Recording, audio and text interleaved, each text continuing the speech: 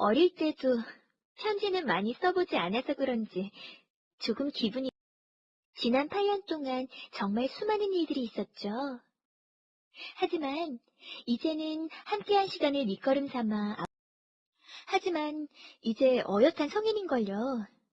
제 길을 가야죠. 저는 아무도, 아가씨, 정말 혼자 여행을 떠나시려는 건가요? 인간계가 얼마나 험한 곳인데.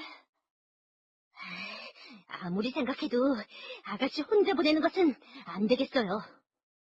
큐브 그만. 나도 이제 성인이라고. 날 좀 믿어보라고. 아가씨를 안 믿으면 누굴 믿겠어요. 꼭 가야겠나?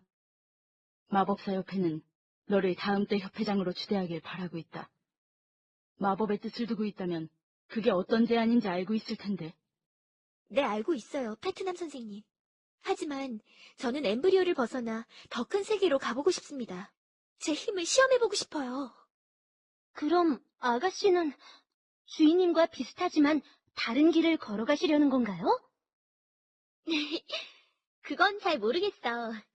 그래도 날 기다리는 모험들이 얼마나 많은데 가만히 있을 수 없잖아? 이미 뜻을 정했다면 어쩔 수 없군. 네가 어디를 가든 마법의 축복이 함께하길 기원하마. 그러나 이거 하나만은 기억해라. 무엇을요? 마법사 협회는 너를 영입할 생각을 버리지 않았다. 엠브리오로 다시 돌아오게 된다면 그때 다시 한번 제안하도록 하지. 그러니 반드시 돌아오도록. 알겠습니다, 선생님. 꼭 돌아올게요.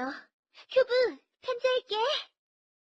아가씨, 음식은 꼭 가려 드시고, 처음 보는 사람은 쫓아가면 안 되고, 노숙은 되도록이면 피하셔야 돼요.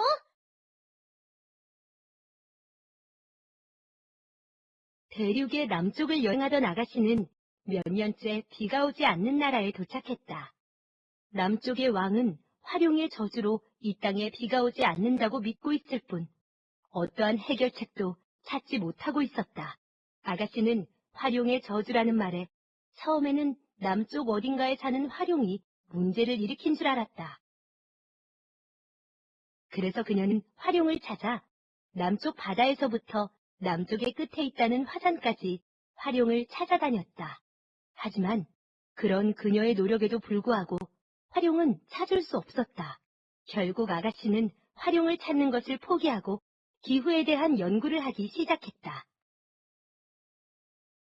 한 달에 걸친 필사적인 연구 끝에 아가씨는 남쪽 지방 전체를 감싸고 있는 이상기압에 대해 알아냈다. 화룡의 입김이라도 되는 것처럼 더운 공기층이 남쪽 하늘을 뒤덮고 있었던 것이다. 아가씨는 자신의 모든 마력을 끌어모아 가뭄 지역의 기압을 바꿔 마른 땅을 적실 비구름을 불러들였다. 이 목숨을 건 마법의 결과는 대성공이었다. 가뭄은 끝이 났고 사람들은 아가씨의 노력과 희생을 찬양하기 시작했다. 그리고 이 소식은 대륙 중심에 있는 엠브리오 왕국까지 퍼져나갔다. 아가씨가 여행을 끝내고 돌아오자 마탑은 그녀를 대마법사라 칭하며 마탑의 새로운 탑주로 선언했다. 마법은 쓰는 사람에 따라 수많은 사람을 죽일 수도 있고 살릴 수도 있어요. 마법은 신이 인간에게 허락한 가장 위대한 힘이니까요. 누님, 약속대로 데리러 왔어요. 네? 저를 싫어하시면... 아, 누님... 어,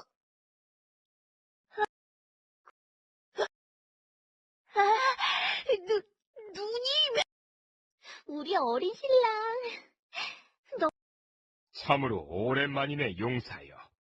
지난 8년간 필멸자의 시간을 그런 아이를 인간계로 보내는 것에 불안을 느끼기도 했으나 이렇게 그런 자네의 노력 덕에 자네의 여식이 저렇게 당당히 성공한 것이니. 자, 이제는 성인이 된 자네의 여식을 세상으로. 용사여, 자네는 스스로가 최고의 부모임을 증명했네.